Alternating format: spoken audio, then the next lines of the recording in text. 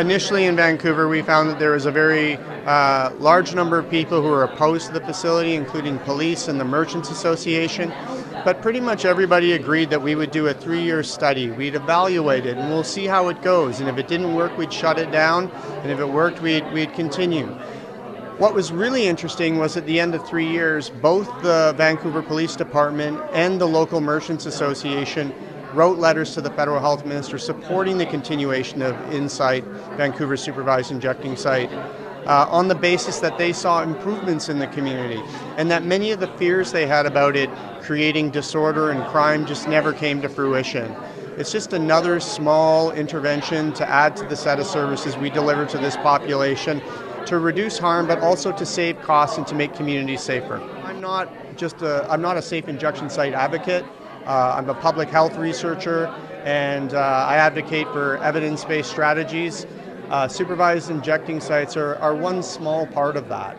We will collaborate with our community partners. That is our hope, and our responsibility is to the security and safety of the broader public, as well as those that are injection users. So our goal is to be part of the solution. So will we participate in the ongoing discussion? Absolutely. Cautiously, right? Given that we have a broader mandate about safety and security. So what would be your concerns? No, my caution is in relationship to ensuring that we listen to the rest of the public. This is one cohort. There are communities, there's the global city of London, there is neighborhoods. We are responsible for their safety and security as well. And my concern is ensuring that we support them in their perceptions of what their safety and security issues and needs are, and ensuring that we represent them well in that concern. Well, I think supervised injection services seem like they're really necessary in the City of London. You just look at the scope of the problem, it's very clear that the status quo is not working, right? We've got discarded needles in and around businesses, you got people injecting in doorways. I mean, that's not working for anybody. It's not working for the drug users. It's not working for people who are trying to do other business in the area, whether it's downtown, Old East, Soho, wherever. That's not working. I got guys who run laundromats who call me and say, this is up on Oxford Street, someone's injecting in my laundromat overnight. You know, like that's getting a problem. It's a big problem and it needs to stop. We need to bring this kind of service into the City of London. The question is how? How can we do it most effectively in the best way possible? You know, we're not Vancouver. We have a different kind of drug-using population. You see from that hepatitis C map how widespread the issue is all throughout the city. Those are people not just who are injecting drugs, but people who are injecting drugs that have hepatitis C already. And so I think we got to have a citywide response. We got to be really careful about how we do that in consultation with the community, figure out a way that's going to work for both the drug-using population and everybody else in the City of London. In places where your population is a little more dispersed geographically, that's where having maybe a higher number of smaller sites is the best approach, because you'll be able to reach more of the population than if you just locate it in one place.